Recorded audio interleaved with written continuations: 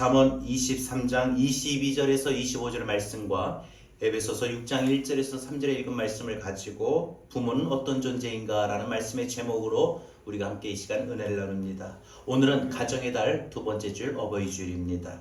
믿음의 삶을 살아가는 신앙인으로서 자녀들에게 부모님은 어떠한 분이시며 또한 부모를 향한 자녀의 태도는 어떠해야 하는지에 대한 성경적 가르침을 깨닫고 우리의 자세, 우리의 마음을 한번 돌아보는 시간입니다. 부모에게 효를 강조하는 주된 이유는 낳아주시고 길러주신 분이기 때문입니다. 부모를 향한 기본적인 자세는 동서고금 어디나 동일합니다. 기독교인들은 우리 특별히 생각할 때 이것이 있어요. 동양에서는 부모를 향한 효를 종교화하여 이제 부모님이 돌아가시고 나면 부모님을 생각하면서 부모님을 섬기고 부모님을 기린다고 해서 제사를 드리죠. 사후 제사를 드립니다. 이것이 부모를 향한 올바른 자세다. 자식이라면 마땅히 그래야지. 부모가 돌아가셨는데 제사도 안 지내고 전 부모도 모른다고 말을 합니다. 기독교인들은 그런데 우리 예수 믿는 사람들은 제사를 지내지 않잖아요. 제사로 인하여 효에 대한 부족한 사람이다. 아주 예수 믿는 사람들, 교회 다니는 사람들 부모도 모르냐, 부모도 없냐, 어떻게 제사도 안 지내냐 하고 많은 믿지 않는 사람들로부터 그런 어떤 또 공격과 오해와 치부를 당하지만 여러분, 오늘 우리가 성경을 읽어본 본문만 해도요, 성경적 가르침을 살펴보면 무엇보다 우리가 신앙적인 덕목으로서 효에 대해서 가르칩니다. 분명히 뭐라고 말씀하셨어요? 하나님이 우리에게 주신 이 땅에서 지켜야 할 계명 중에 첫 번째가 부모를 공경하는 거예요. 이 땅에서 여러분, 하나님이 십계명을 우리에게 주셨는데 십계명은 이 땅에서 우리가 하나님과의 지켜야 될 계명이고 또한 동시에 사람들과의 수평적인 관계 속에서 지켜야 할 계명인데, 하나님과의 관계의 수직적인 계명 다음에 지켜야 할 수평적인 이 땅에서 사람으로서 살아가는 동안 지켜야 할 계명 중에 첫 번째 으뜸이 바로 부모를 공경하다라는 것입니다. 성경에서는 다양한 방법으로 자녀가 부모에게 어떠한 자세로 부모를 공경하고 섬겨야 하는지에 대한 분명한 지침과 방향을 가르쳐 줍니다. 기독교에서의 효는 단순히 그냥 인간적인 본분으로서의 효가 아니라 신앙적인 행위로서 효를 말하고 강조합니다. 당연한 도덕적 행위가 아니라 자식이기 때문에 부모를 공경하고 부모를 살피고 이것이 아니라 도덕적 행위가 아니라 심은대로 거두게 하시는, 내가 내 부모를 공경하고 내가 부모를 기쁘게 하고 내가 부모를 잘 섬기면은 하나님이 약속 있는 계명을 주셨는데 무엇이냐? 너가 이 땅에 사는 동안 네 부모를 잘 공경하고 섬기면 너 하는 일들마다 잘 될 거야. 여러분, 공부하는 학생은 공부가 잘 될 거고, 사업하는 사람은 사업이 잘 될 거고, 이 땅에 살아가는 사람은 어떤 질병도 없이 건강하게 형통하게 하는 일들마다 슬슬 풀리고 잘 될 거다. 잘 된다. 또 하나, 오래 산다. 장수하리라. 그러니까 잘 되고 장수하리라. 하나님이 이 땅에서 자녀들이 부모를 공경하면 반드시 그러한 약속을 하셨어요. 복을 주신다고 하셨어요. 그러니까 여러분, 한번 생각해 보세요. 내가 정말 사업이 잘 되길 원하고 공부가 잘 되길 원하고 내 진로가 열리길 원하고 내가 하는 일들이 좀 아무런 근심 걱정 염려 없이 잘 풀리고 잘 되기를 원한다면 부모를 공경하셔야 돼요. 무엇보다 정말 그냥 일찍 단명하는 것이 아니라 내가 오래 사는 것이 그 기준이 요즘 100세 시대라고 하지만은 그 100세 시대에 맞는 것도 아닙니다. 나름대로 오래 살 수 있는, 사실 어떤 연명만 하는 것은 중요한 것은 아니라 그 살아가는 동안에 아프지 않고 건강하고 정말 그렇게 기쁘고 밝게 사는 그 삶을 원한다면 우리는 부모를 공경해야 된다는 거죠. 그래서 하나님이 부모 공경에 대해서 반드시 복과 저주를 엄격하게 말씀하셨습니다. 하나님은 부모에게 효도하는 자에게 분명한 이와 같은 약속에 함께 또 반드시 이런 축복을 약속하셨지만 또 하나님은요, 효도하지 않는 자에게 분명한 경고도 하셨어요. 너가 자식인데 부모를 공경하지 않는다? 너 그럼 어떻게 할 거냐? 효는 하나님 앞에 약속을 받게 되는 축복의 통로인 동시에 우리에게 복을 하나님이 주시기 위한 하나의 방편으로 효에 대한 복을 약속하셨어요. 그래서 모든 자녀들이라면 마땅히 부모님을 기쁨으로 섬기고 잘 극진히 대접하고 공경해야 됩니다. 효도는 가정을 세워가는 기본적인 일이에요. 여러분 가정, 가문이 잘 세워지고 화목하고 든든하게 이런 가정이 되어지려면 효도가 가장 기본입니다. 가장 효도가 세워져야 됩니다. 어느 가정마다 효도가 되어야 돼요. 보니까 부모가 부모를 공경하면 그 밑에 자녀들은 자동적으로 배워요. 항상. 그래서 그 가정이 질서가 세워져요. 그 가정이 그로 인하여 화목해질 수가 있는 것이지요. 그러니까 여러분 기독교에서의 효도는요, 사람의 당연한 본분이며 신앙의 기본 원리이며 축복의 원리다 이겁니다. 동시에 하나님의 효도를 하지 않을 때는 진노를 받을 수 있다라는 것입니다. 솔로몬이 기록한 잠언에서는요, 부모를 향한 잘못된 태도를 보이는 자를 경고하고 있어요. 잠언 30장 17절 성경은 이렇게 말합니다. 아비를 조롱하며 어미 순종하기를 싫어하는 자의 눈은 골짜기 까마귀에게 쪼이고 독수리 새끼에게 먹히리라. 뭐예요? 그러니까 여러분 아비를 조롱한다는 말이 아버지를 무시하고 아버지가 해줄 게 뭐 있어요? 우리 아버지를 왜 이렇게 무능력해가지고 막 우리한테 뭐 아무것도 못하고 이렇게 여러분 아버지를 멸시하고 또 아버지의 말하면 아버지가 뭐 이렇게 하면 알았어요. 제가 좀 가만히 계세요. 이렇게 아버지를 멸시하고 무시하고 조롱하며 또 어머니가 말하는데도 듣질 않아요? 이렇게 해라. 오늘 이렇게 해라. 알았어요. 내가 애입니까? 이런 식으로 어머니의 말을 듣지 않는 사람에게는 여러분 오늘 너무 무서운 말을 경고합니다. 골짜기 까마귀에게 쪼이고 독수리의 새끼에 먹히라. 이 말은요, 우리가 살아가는 동안 있는 삶의 모든 것을 빼앗아 버리는 많은 환경적인 요인들이 일어나는 거예요. 뭘로 일어나요? 아까 제가 기도도 했잖아요. 우리가 건강 일주일 보세요. 일주일 놓고 우리가 건강할 때는요, 사실 우리 건강이라고 하는 것이 우리가 어떤 날 어떤 사고도 있겠고 어떤 질병도 있겠고 갑자기 뭐 여러 가 부주의로 인해서 우리가 오는 경우도 있지만 아프면 병원 가요. 병원 가면 일단 돈이 들어가요. 그럼 안 아팠으면은 건강했으면 안 들어가도 될 거예요. 이런 쪼이는 먹히는 이런 것들이 질병으로 올 수 있고 사람으로 올 수 있고 환경으로 올 수 있고 상황으로도 올 수 있는 것입니다. 그래서 솔로몬이 기록한 이 잠언에는요, 부모에 대한 자녀의 바른 자세에 대해서 교훈을 말합니다. 저는 오늘 어버이 주일을 맞이해서 솔로몬의 잠언과 우리가 또 다른 본문 에베소서에서 기록하고 있는 바울의 교훈을 생각하면서 왜 우리가 부모님을 귀하게 여기며 우리가 부모님을 섬기고 공경해야 되는가? 부모는 자녀에게 어떤 존재일까? 한번 생각해 보세요. 여러분은 생각할 때 여러분의 부모는 여러분에게 어떤 존재였습니까? 오늘 그것을 성경적으로 살펴봅니다. 첫 번째, 부모는 최고의 선생님이십니다. 부모는 나에게 있어서 그 어떤 선생님을 만났던 선생님보다 가장 최고의 선생님이셨어요. 공감하십니까? 이해가 되십니까? 맞아.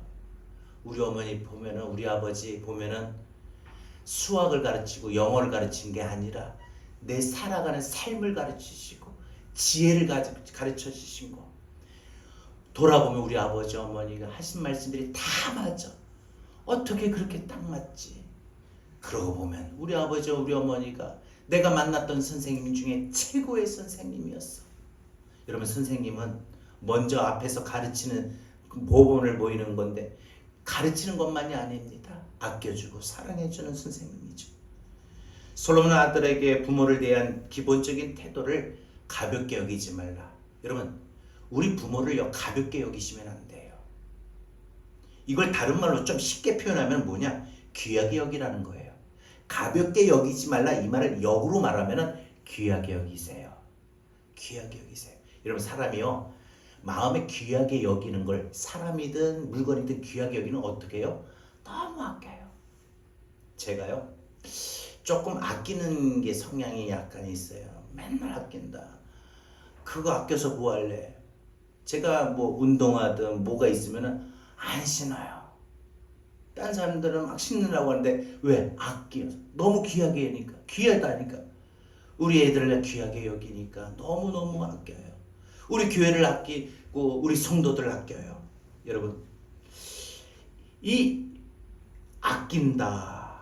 이 가볍게 여기지 말라는 건 귀하게 여겨요. 그러니까 귀하면요. 그 사람이 귀하고 그 물건이 귀하면 아끼고 사랑하고 애착이 있고 관심이 있고 그래요. 그러니까 부모의 말을 무시하지 말고 그 부모의 말을 잘 들으세요.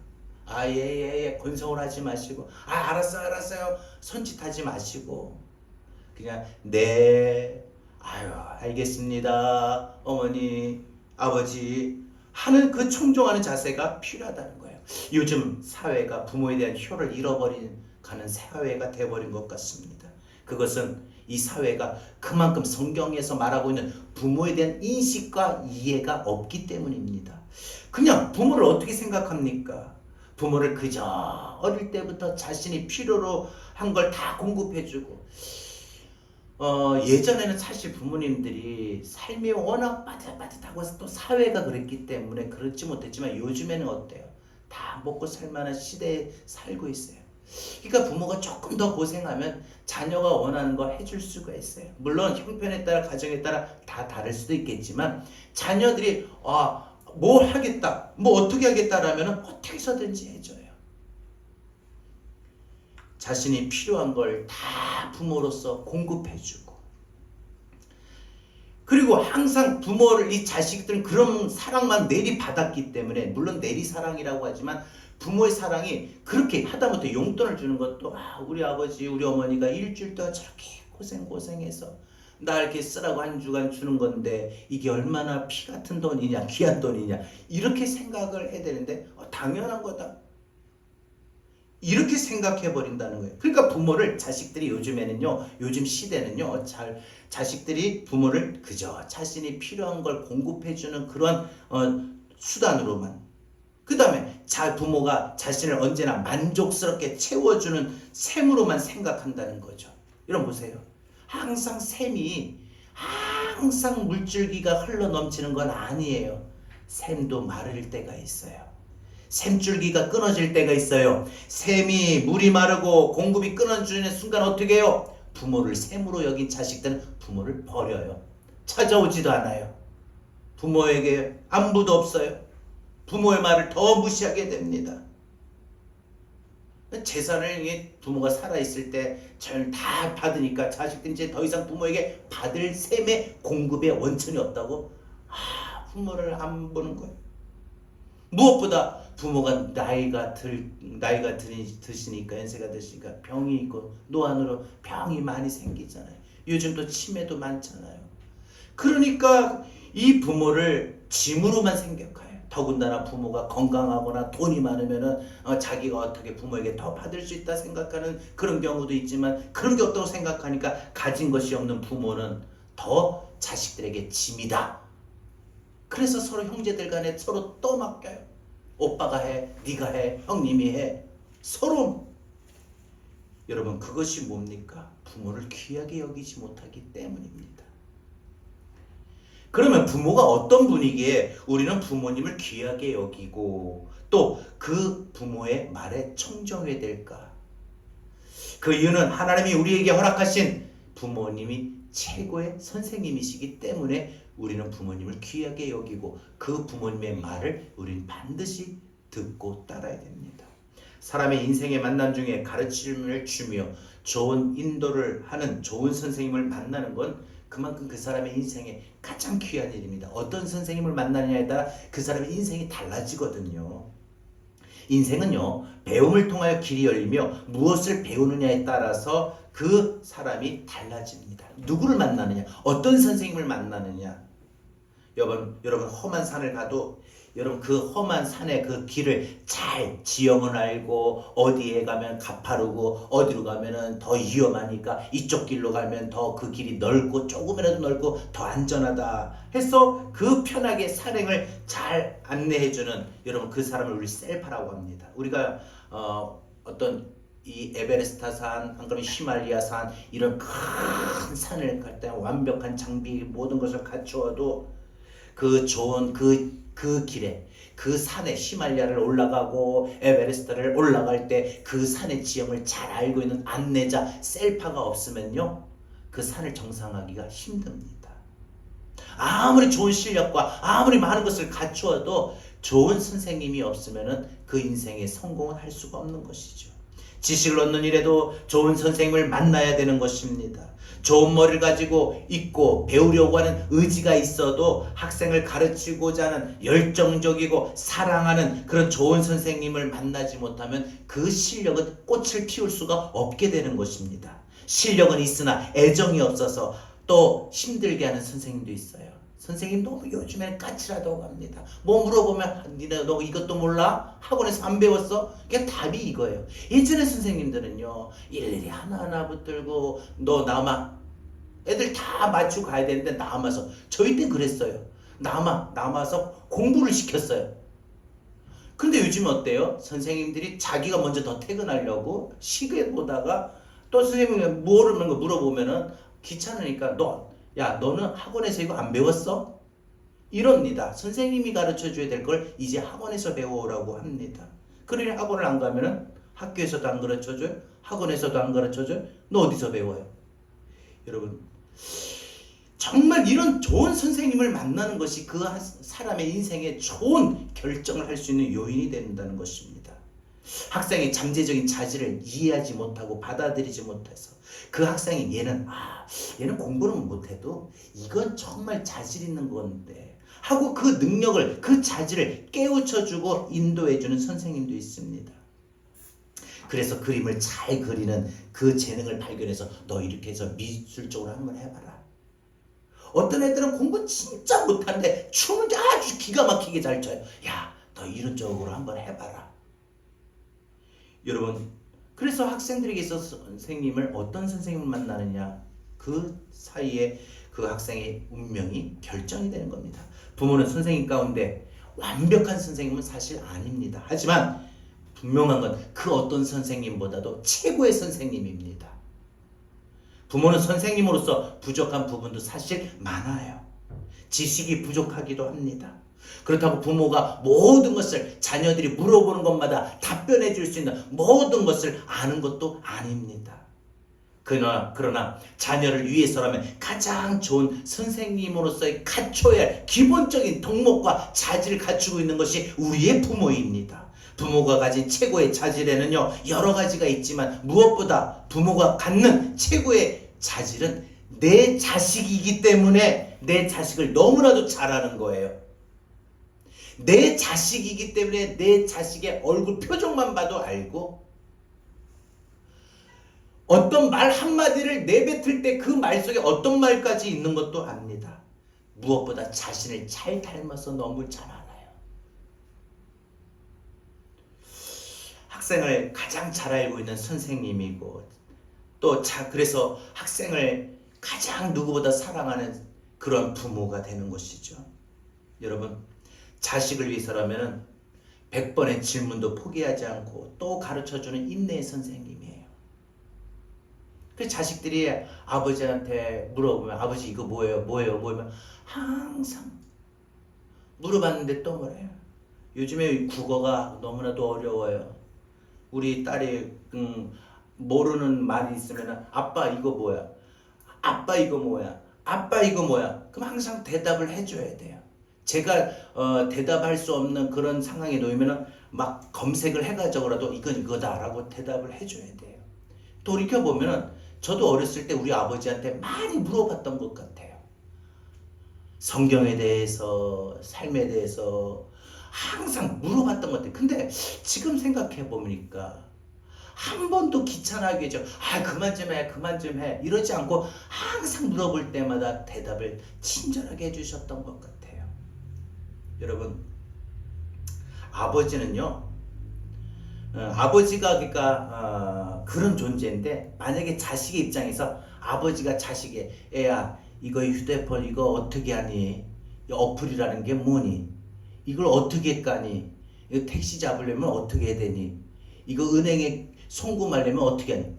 아버지 나 지금 바쁜데 그거 모르세요? 저기 누구한테 좀 알아보세요. 여러분 물어볼 때마다 아버지가 아들에게 5번 질문하면은 아들은 화를 냅니다. 아들이 아버지에게 같은 질문을 100번 해도 화를 내지 않고 변함없이 대답해 주는 게 부모예요. 부모와 자식의 차이가 그거 같아요. 제가 보니까 저도 자식의 입장에서 제 부모님 앞에서 돌아보고 부모로서 내 자녀들 삶 속에서 돌아보니까 맞아요. 정말 그런 것 같아요. 여러분, 아무리 귀찮게 해도 전혀 화를 내지 않는 그 최고의 선생님 무시하지 말아야 됩니다. 부모보다 더 좋은 선생님은 이 세상에 없습니다. 두 번째로, 우리는 나에게서 부모는 어떤 존재인가? 성경적으로 가르치는 답변은 이겁니다. 부모는 최고의 공급자이시다. 나에게 그 어떤 것 중에 가장 나를 공급해 줄 수 있는 최고의 공급자가 우리 부모예요. 자녀들이 부모의 말을 듣지 않으려는 것은요, 부모에게 배울 게 없다라고 생각하기 때문입니다. 은연중에 부모를 무시해요. 제가 신학교를 가기 전에는 성경에 대해서, 구약에 대해서, 신약에 대해서 아버지한테 막 물어본 게 참 많은데, 학교를 졸업하고 대학원을 졸업하고 이렇게 12년을 공부하고 나니까 그냥 아버지가 말하면은, 어머니가 말하면 저도 알아요, 이렇게 되는 것이 자식인 것 같아요.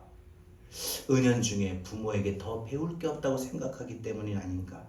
요즘 시대가 더군다나 예전의 지식을 추구하는 것이 아니라 요즘에 여러분요, 정보화 시대이기 때문에 하루하루가 바뀌면요, 이 시대 흐름이 달라져요. 그러잖아요. 여러분 요즘에 휴대폰 보세요. 갤럭시 S20 뭡니까 지금 최고. 그 전에 해가 바뀔 때마다 그때 유행을 따라가는 신지식이 홍수를 이루고 있는 이 시대에 그 신지식을 못 맞추면은 시대 동떨어지고 시대 떨어지는 삶을 살 수밖에 없는 우리의 삶이라는 거예요 지금. 그러니까 신지식만을 지식의 최고로 여기고 지혜의 소중함을 알지 못하는 어리석은 사람들은 그래서 요즘 새로 바뀌는 지식만, 그러니까 휴대폰의 기능이라든지 휴대폰의 요즘에 어떤 성능, 요즘 보세요. 여러분 나이 드신 분들 치고 휴대폰 기능을 압니까? 저도요, 휴대폰 보면요 딱 있어요. 전화하는 거, 문자하는 거, 카톡하는 거, 그런 말 몰라요. 젊은 사람들 그거 가지고 운동을 하니 혈압을 재니 당뇨를 재니 다 하는데 나이 드신 분들이 그런 신지식을 못 따라가잖아요. 그런데 무엇보다 중요한 건 부모는요, 그런 신지식을 못 갖추었어도 살아온 연륜과 경륜에 의해서 살아온 삶의 바탕에 참된 지식과 지혜를 가지고 있다는 거죠. 부모의 산 경험, 무엇보다 기도하는 말씀을 읽는 신앙적인 교훈은 절대 우리가 무시의 대상이 될 수가 없어요. 아무리 부모가 신지식은 딸리고 부족해도 부모만큼 기도 많이 하는 부모는 없을 거고 부모만큼 성경을 많이 읽는 부모는 없을 거다라는 거죠. 여러분, 아버지에 대한 아들의 기억이라는 글이 있어요. 한번 제가 들려드릴 테니까 한번 들어보세요. 그러니까 아들이 아버지에 대한 기억을 갖고 쓴 책에 이 부분이 있어요. 내가 4살 때 아빠는 뭐든지 할 수 있는 사람이라고 생각했어. 우리 애들도 보니까 아빠가 슈퍼맨인 줄 알아요. 얘네들이 학교 가면 제일 존경하는 사람은 아빠, 이렇게 말해요. 우리 아빠는 다 한대. 우리 아빠 운전도 잘해, 우리 아빠 뭐도 잘해, 우리 아빠 뭐도 잘해. 항상 이랬던 아들. 내가 4살 때 아빠는 뭐든지 할 수 있는 사람이었다고 생각했어. 내가 8살이 돼서 아빠가 모든 걸 정확하게 하는 건 아니라는 걸 그때 알았지. 아빠가 하긴 해도 정확히 한지는 않나. 실수한 잘못한 거네. 그리고 내가 12살 때 아빠가 그것에 대해서 아무것도 모르게 모른다는 게 당연하지. 아빠가 이거 알겠어? 그래요. 사실 12살 초등학교 5학년이죠. 요즘에 초등학교 수학도 어려워요. 초등학교 아이들이 배운 수학 갖고 와서 아빠 이거 뭐야? 어떻게 풀어? 아빠가 모를 때가 많아요. 아빠가 물어보는 것에 대해서 아빠가 아무것도 모르는 게 당연해. 우리 아빠 모르지 이거 배워봤어? 안 했잖아. 내가 14살이 돼서 우리 아빠는 시대 뒤진 사람이라고 생각했어. 아, 우리 아빠 왜 이렇게 좀 떨어지지? 너무 감이 떨어져. 내가 40살이 되고 나서 경험 많고 현명한 아버지라면 어떻게 하셨을까?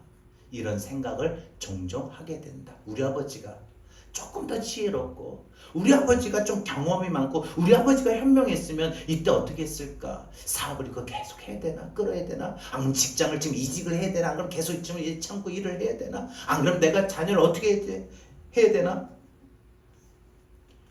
내가 50살이 되고 나서 아버지가 내 곁에 계셔서 모든 것을 말씀을 드릴 수 있었다면 난 무슨 일이든지 할 수 있을 것이라고 생각하게 됐어.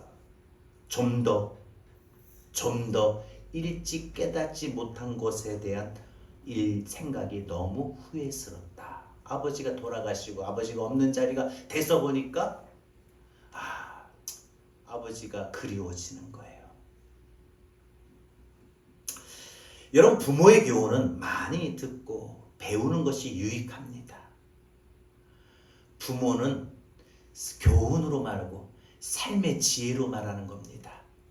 세상이 필요하고 시대마다 바뀌어가는 신지식이 아니라 부모는 삶의 교훈이에요. 살아온 바탕이에요. 기도하는 데서 하나님이 주시는 깨달음, 영적 지혜입니다. 그 지혜의 말씀에 청종하지 못한 것을 늦게 부모가 돌아가시고 나서 후회하지 않기를 바랍니다. 부모님이 참으로 귀한 이유는 인생에 필요한 너무나도 많은 것을 채워주시기 때문에 그래요.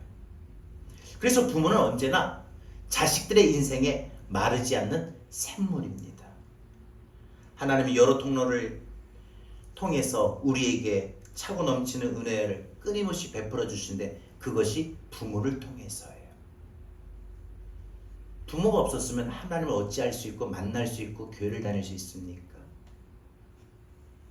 많은 은혜의 통로 중에 가장 확실하고 오랜 기간 활용할 수 있는 통로가 부모입니다. 부모는 생명의 통로입니다. 부모님이 안 계셨다면 우리가 어찌 이 세상에 지금 존재할 수 있겠습니까? 나를 낳으셔서 나를 살아가게 하시는 그 본질이 분명 부모입니다. 처음부터 부모를 통하여 사람이 살아가는 동안 필요한 걸 공급받게 하셨어요. 살면서 먹어야 될 때 젖을 물리고 또 기저귀를 갈고 옷을 갈아입히고 키워가면서 낳으시고 기르시고 그 모든 것들, 그 수고. 여러분, 부모는 그래서 언제나 자신이 굶으면서도 자식들은 먹게 합니다.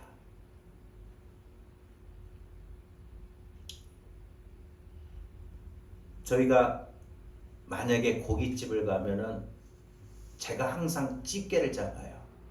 막 해서 애들 먹이려고 일날 잘 커야 될 때 먹을 때 모처럼 고기 먹으니까 막 먹어. 아빠도 먹어. 우리 딸이 이제 싸가지고 하나 빵 먹어요. 그때 그냥 진짜 맛있는데 진짜 나도 빨리 먹고 싶은데 근데 그거 참고 눌러요.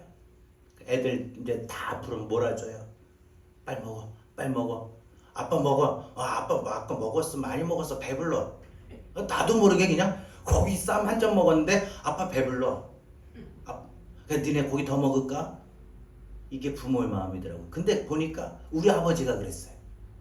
우리 아버지가 고기를 하면은 항상 아버지는 안 드시고 우리한테 먼저 주시고, 갈치를 먹어도 갈치를 발라서 가운데 몸통을 우리한테 밥 위에 숟가락 위에 올려주시고, 당신은 그 가장자리 그 가시 있는 거 그거 뜯어가지고 그냥 그 가시는 탁 뱉고, 참 그것도 기술이지. 그걸 다 뱉으시고 그렇게 드시고. 그러니까 그렇게 보니까 저도 지금 와서 보니까 우리 아이들한테 그래요. 근데 부모는 그게 부모더라고요. 당신도 배가 고픈데 많이 먹었다고 배가 부르다고 하고, 항상 자식들을 위해서 수고하는데 하나도 피곤하지 않다고, 그렇게 말하는 게 부모입니다. 우리가 부모는 그래서 사랑을 주는 통로의 역할입니다. 그러니까 부모로부터 사랑을 많이 받는 사람은요, 제가 보니까 그 사람이 정서적으로 어릴 때부터, 그래서 요즘에 사회적으로 참으로 이슈가 되는 많은 문제, 사건을 배경을 따져보면요, 어릴 때 가정 환경이 불우하거나 특히 부모의 사랑을 못 받아서 그래요. 부모의 사랑을 많이 받고 이쁘다, 사랑한다, 널 위해 기도한다, 너를 축복한다, 이런 사랑을 많이 받은 사람은 정서적으로 참 안정돼요. 심리적인 안정이 되죠. 그래서 그렇게 안정적으로 된 사람은 또 그 자녀를 그렇게 또 케어하고 부모로서 그러한 역할을 하고 돌보며 자녀를 키우게 됩니다. 사랑을 받지 않았다 보니 그 사랑에 목매여서 그 사랑을 갈구하는데, 부모의 사랑을 받지 못해서 다른 이성의 사랑을 갈구하다가 잘못된 만남을 만나는 경우도 더러 있고, 요즘 사회가 그렇더라고요. 그리고 그 낳은 자식은 또 자기가 사랑을 받지 못하니까 사랑을 줄 줄을 몰라. 그러니 우리는 분명 알아야 될 것이, 부모는 사랑을 주는 통로라는 거예요. 부모를 통해서 아는 거예요. 목사님, 내가 돌이켜보니까 나는 부모한테 사랑받는 게 아니라 죽도록 그냥 맞는 것밖에 기억이 안 납니다 하시는 분들은, 여러분 한번 돌이켜보세요. 맞았다고 미워서 한 게 아니라 그렇게 해서 나를 바르게 반듯하게 키우려고 하셨던 부모님의 마음이죠. 외적인 매보다 그 당신이 갖췄던 그 마음속의 내면을 보면 분명 사랑이 있습니다. 여러분, 한석봉 어머니 기억하십니까? 자식을 위해서 희생했던 모든 것들.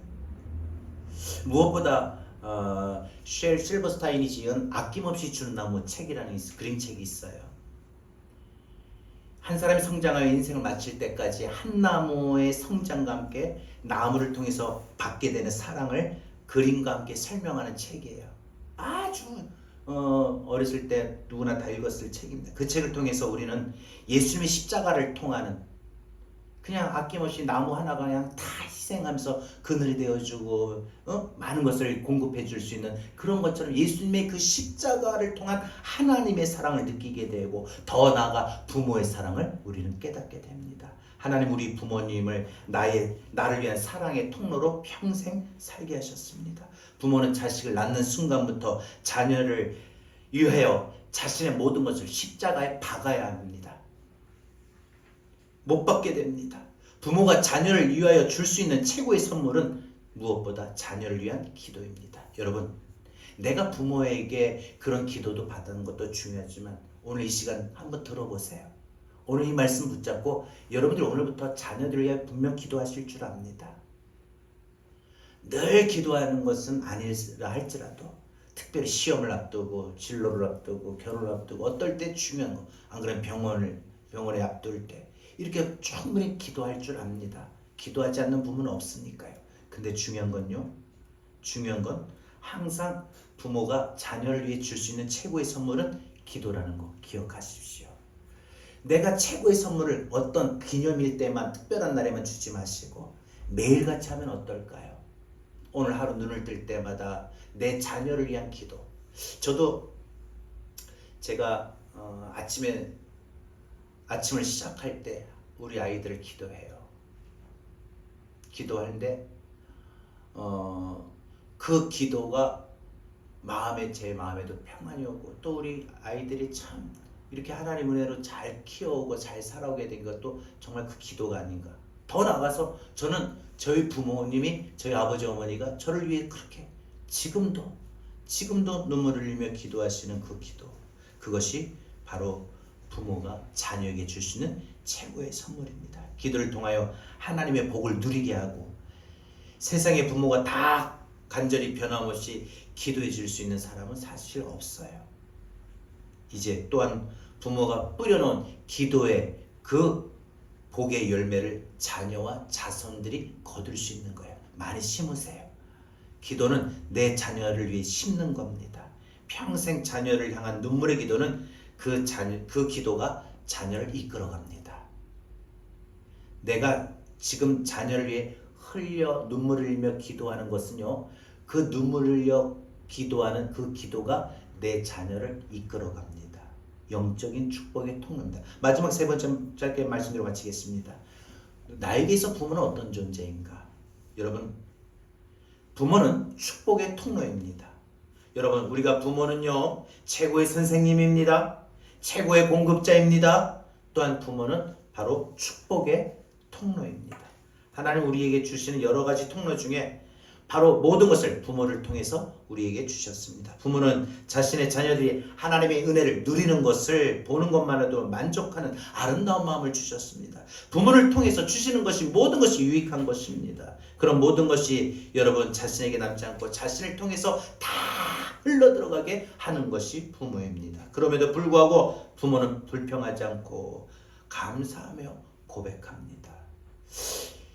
여러분, 부모를 통하여 주시는 많은 것 중에 가장 소중한 것은 하나님을 통하여 얻게 되는 지혜입니다. 그래서 솔로몬은 부모의 입장에서 그 가치를 이렇게 말합니다. 내 아들아, 내 아비 훈계를 들으며 내 어미의 법을 떠나지 말라. 이는 내 머리에 아름다운 관이요 내 목에 금사슬이니라. 우리 인생을 가장 빛나고 가장 존귀하게 만들어주는 것이 바로 하나님을 경외하는 삶이다 하고 부모가 보여주는 신앙의 전수입니다. 부모라면 자녀를 위하여 물려줄 유산도 있어야 됩니다. 육적인 물질만은 유산이 아닙니다. 그것도 필요하지요. 그러나 가장 그것보다 더 우선시 될 것이 내 자녀가 믿음으로 바르게 살아갈 수 있는 영적인 믿음의 유산을 물려주어야 됩니다. 기도하는 부모가 되십시오. 영적인 유산을 물려줄 수 있는 부모가 되십시오. 하나님, 내가 많은 것을 이루어가지고 성공적인 삶을 사서 나도 누구처럼 내 자식 고생하지 않냐고 집도 사주고 힘들다면 사업도 될 수 있는 사업 자금도 대주고 뭐도 해주고 할 수 있는 그런 돈이 있으면 참 좋겠는데 하나님, 저 하나도 건사 못하고 이런 형편에 있어요. 내가 내 자녀에게 줄 게 뭐가 있을까요? 여러분, 없는 게 아닙니다. 믿음의 유산을 물려주시길 바랍니다. 하나님, 내 자녀 지금 교회 안 다니고 예수 안 믿는데요. 기도부터 하십시오. 기도가 여러분의 자녀가 주님 앞에 돌아오게 합니다. 어머니 모니카 여사가 눈물을 흘리며 기도할 때 그 방탕하고 불안했던 그 어거스틴이 하나님 앞에 돌아와서 그는 그 앞에 세인트 성 어거스틴이라고 지금까지 호칭이 붙이게 됩니다. 방탕아, 불황아 이런 사람이 그 엄마의 눈물 흘리는 그 기도로 하나님 앞에 돌아와 예수 믿는 것뿐만 아니라 그 앞에 그 명칭, 별칭이 세인트, 성 어거스틴이라고 불려요. 성자가 됩니다. 그만큼 변화된 것이 기도라는 거예요. 기도는 여러분의 자녀를 변화시킵니다. 의심하지 말고 하십시오. 오늘부터 부모라면 자녀를 위해서 당연히 여러분이 기도해야 될 책임이 있습니다. 그리고 그 책임의 평가에 대해서 우리는 하나님 앞에 너 자녀, 네 자녀라고 생각해서 그렇게 안 했니? 내 자식인데 너 내 자식을 너한테 잠깐 맡기고 관리한 건데 너 기도하면서 키웠니? 한 번이라도 네 자녀를 위해서 기도할 때 눈물 흘리고 기도한 적이 있니? 물어보실 겁니다. 여러분, 오늘부터 기도하십시오. 무엇보다 가장 중요한 것은 여러분이 축복의 통로가라는 사실 기억하셔서 여러분이 하나님 믿는 그 경외하는 믿음의 삶을 보여주십시오. 그 모습을 보고 자녀는 부모의 기도를 따라하게 되고 부모가 예배드리는 모습을 따라하게 되고 부모가 주일을 성수하는 것을 따라하게 되는 것이고 부모가 온전한 하나님 앞에 믿음의 삶을 사는 것을 따라하게 됩니다. 부모를 대한 우리의 자세 달라져야 됩니다. 부모의 입술에서 나오는 가르침과 지혜를 소중히 여기시길 바랍니다. 여러분, 우리가 부모는 앞에서 말씀드렸듯이 마르지 않는 샘의 공급의 원천입니다. 여러분, 샘을 유지하려면 청소해야 되지만 축복의 통로인 부모의 샘이 마르지 않게 하는 방법이 따로 있습니다. 그것은 지혜의 말씀의 샘이 항상 열리게 돼. 내 부모 항상 지혜의 샘이 열리게 됩니다. 그건 뭐냐? 마음껏 말씀을 할 수 있게끔 해야 됩니다. 어리석은 사람은요, 부모가 말하지 못하게 막아버려요. 아, 됐어요. 어떤 일을 가정일 뭐 하다가 뭐 가정이 이래, 안 가면 자녀 이래, 학급이 이래 막 하는데 이제 아버지가 나이 드신 아버지가 이제 뭐 살아온 바탕을 가지고 훈수를 둬. 아유 뭐 학교를 꼭 그쪽으로 가야 되겠니? 뭐 실력에 맞춰. 아유 아버지 모르면 좀 가만히 계세요. 잠자코 계세요. 이러는 자식들이 있다는 거죠. 그러니까 부모가 뭐 말을 하려고 하면은 그 말을 못하게 막아버리는 이 지혜의 샘을 막아버리는 게 됩니다.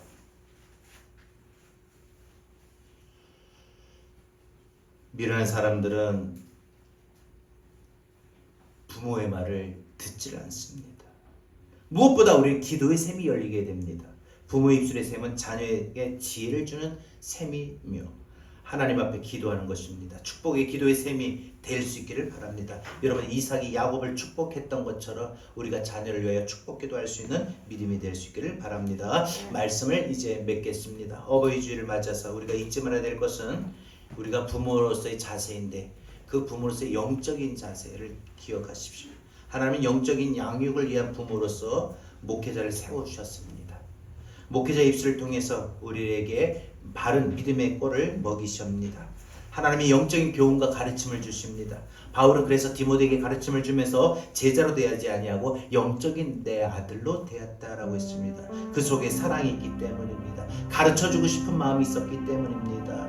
목회자의 말에 주는 말에 그 말씀을 줄 때에 여러분 그때 성도들은 자녀의 심정으로 그 말을 받으면 되는 것입니다. 하나님은 제사장을 세우면서 주신 가장 중요한 사명은 바로 축복의 기도였습니다. 하나님의 마음을 담아 기도할 사명이 있어요. 여러분 부모는 제사장입니다.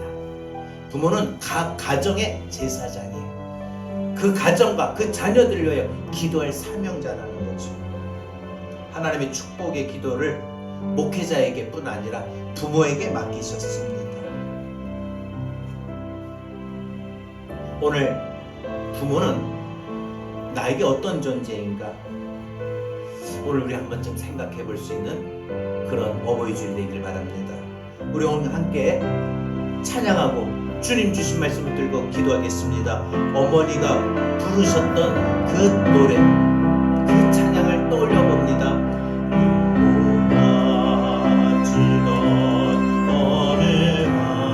어머니가 부르시던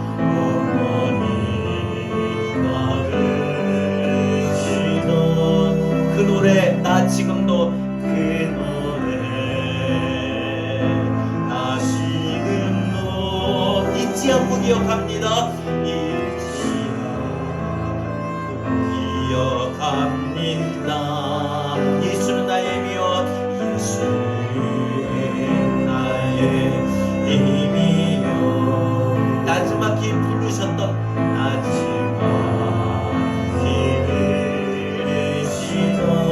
어머니 그 노래가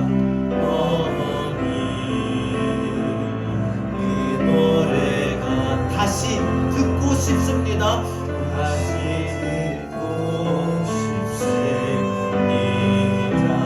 세월이 지나고 세월이 세상에 방황할 때는 세상에 방황할 때 주저앉아 울고 있을 그때 떠올리며 그때 그 노래가 어머니가 부르던 그 노래 눈물이 되었어 나의 입술의 노래 되어 나의 입술의 노래 되어 나의 기쁨의 노래 되어 나의 기쁨의 노래 되어 주님을 만났던 그날을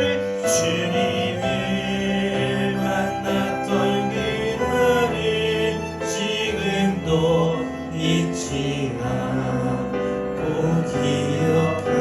기억하네요. 이 찬양의 가사가 앞에서 말씀드린 대로 대충 이렇습니다.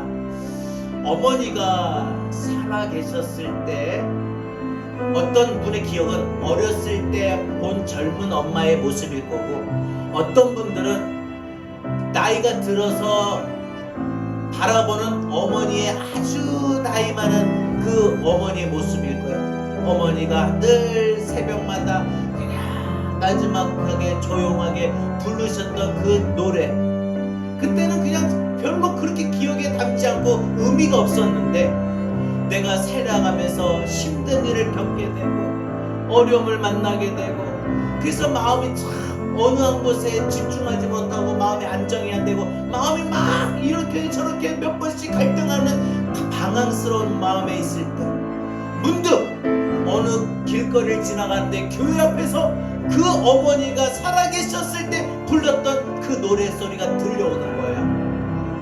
그 순간 그 노래소리가 마음이 너무나도 눈물이 나고 괴롭고 힘들었던 내 마음에 어머니가 떠올리면서, 어머니가 생각나면서 그 노래가 내 귀에 들려오는 거예요. 그러면서 나도 모르게 마음이 안정이 되고 기쁨이 되고, 그냥 포기할까 하다가 다시 일어서서 힘을 내게 됩니다. 그래서 그 어머니가 그때는 몰랐는데 그 노래가 지금 내가 이 나이가 돼서 불러보니까 그 노래가 기쁨이 되고 힘이 되고 소망이 돼요. 그래서 저는 개인적으로 우리 어머니가 자주 불렀던 내 주의 보혈은 늘 항상 저는 나름대로 예배나 기도를 시작하기 전에 불러요. 몸이 아플 때, 내 몸이 아플 때나 내 자녀들이 아플 때 우리 아버지가 저를 업고 나의 죄를 씻기는 십자가를 꾸면서 하나님 앞에 기도했던 마음으로 불렀던 그 찬송이 지금도 떠올라요. 그래서 저도 모르게 아프면 제가요, 새벽 한 3, 4시쯤에 갑자기 위가 아팠어요. 약효도 없어. 어떻게 응급실 병원 참 싫어하는데 안 갔어요. 하다 보니까 어떻게 본능적으로 하나님, 너무 아파요. 너무 고통스러워요. 십자가 몇 번 끊고 몇 번이 지나니까 좀 잠잠해져요. 그래서 잤어요. 그러니까 아버지가 해왔던 방법이 떠오르는 거예요. 몸이 아플 때 어머니가 했던 기도가, 어머니가 불렀던 찬송이 떠오르고, 사업이 안 될 때, 삶에서 힘들 때, 삶에서 가정적으로 위기가 올 때 우리 아버지 어머니들은 어떠셨을까? 참 내가 볼 때도 많이 싸우셨는데 어떻게 그토록 두 분이 참 가정을 잘 이끌어 가셨을까? 지금 내가 이 가정에 우리 가정의 위기를 어떻게 이겨야 될까? 우리 부모는 나를 이렇게 키웠는데 내가 지금 내 자녀를 어떻게 키우고 이끌어야 될까? 여러분, 지금 만약에 여러분들 옆에 계시지 않는 부모님이라면 더 이 찬양의 가사가 마음에 와닿을 겁니다. 우리 어머니 어떤 노래 부르셨어요? 다시 한번 우리 찬양을 한번 불러보면서 우리 오늘 시간 부모님을 위해 기도할 시간 한번 좀 가져보면 좋겠습니다. 눈보라치던 어느 밤, 어머니가 부르셨던 눈보라치던 어느 밤, 어머니가 사실 부르셨던 어머니가 부르시던 그 노래가, 그 노래 내가 지금 와서 보니까 나 지금도 잊지 않고 기억합니다. 잊지 않고 기억합니다. 예수는 나의 힘이여. 마지막에 부르시던,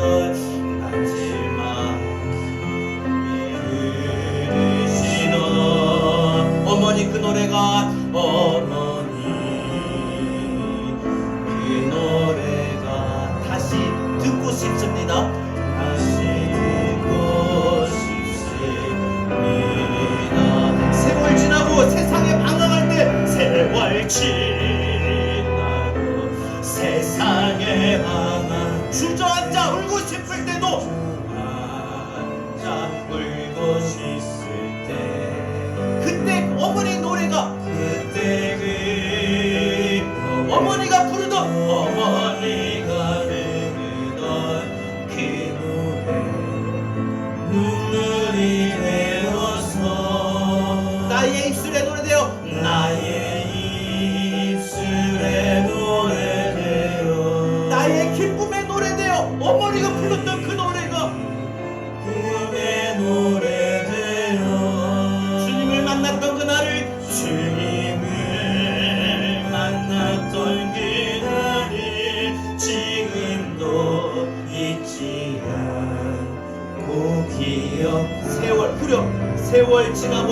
세상에서 방황할 때 세월 지나고 세상에 방황할 때 주저앉아 울고 있을 때 그때 그 노래 어머니가 부르던 그 노래 눈물이 되어서 나의 입술 그 노래가 이제는 나의 노래가 됩니다. 어머니 노래가 이제는 나의 노래가 돼요. 그리고 그 노래가 이제 나의 기쁨이 되고 꿈의 노래 되어 주님을 만났던 그날을 지금도 잊지 않고 기억하네요. 우리 시간 우리 부모님을 생각하면서 기도하는 시간을 우리 갖겠습니다. 주신 말씀 듣고 이 시간 올바른 부모로서의 모습을 나도 갖출 수 있게 달라고 기도합니다. 주여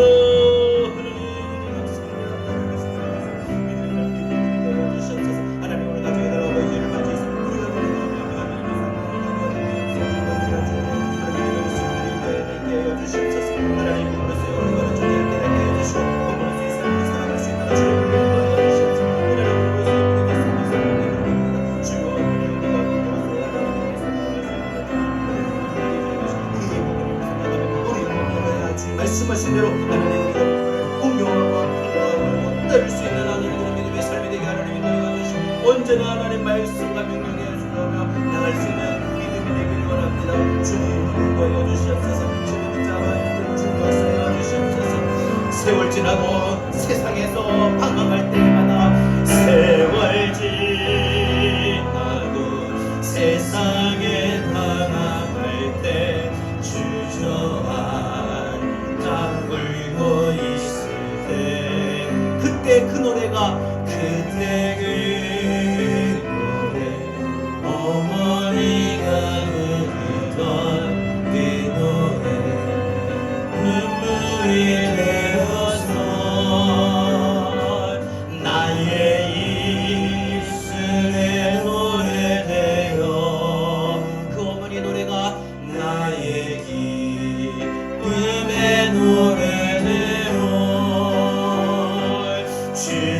주님을 만났던 그날을 지금도 잊지 않고 기억하네요. 우리가 부모에게 그런 은혜와 사랑을 받았고 이제 하나님의 그 은혜와 사랑을 깨닫고요. 이제 우리도 부모로서 내가 어떤 삶을 살아야 될지 한번 살기를 생각하고 오늘 주신 말씀대로 내 자녀에게 눈물로 기도해 줄 수 있는 그런 엄마가 되길 바랍니다. 아빠가 되길 바라요. 신앙의 믿음이 있고 없고를 떠나서 누구나 부모라면 내 자식이 잘 되길 원할 겁니다. 기도하면 돼요. 기도하면은 하나님의 은혜가 임해요. 아무리 불가능한 상황이라 할지라도 기도하면 돼요. 성경은 우리에게 그래서 기도 위에는 이런 유가 나갈 수 없다고 약속하셨고 말씀하셨거든요. 무엇보다 믿음의 유산을 물려주세요. 여러분 오늘이라도 우리 부모님께 또 생각할 수 있는 부모의 모습을 바르게 또 정립할 수 있는 그러한 삶이 되기를 바랍니다. 이번 한 주간 그런 삶을 살아가기를 바랍니다. 이제는 우리 주 예수 그리스도의 은혜와 하나님 아버지의 극진하신 사랑하심과 보혜사 성령님의 감화 감동 내주 교통하신 은혜가 어버이의 모습을 깨닫고 더 주의 말씀대로 순종하여 부모를 사랑하고 공경하고 극진히 섬기고 대접하며 또한 부모로서의 올바른 인생의 모습을 정립하며 살아가겠노라 다짐하고 이제 삶의 현장으로 가정으로 돌아가는 우리 사랑하는 모든 사랑하는 권속들 머리 위에 이제로부터 영원토록 함께 있을지어다. 아멘.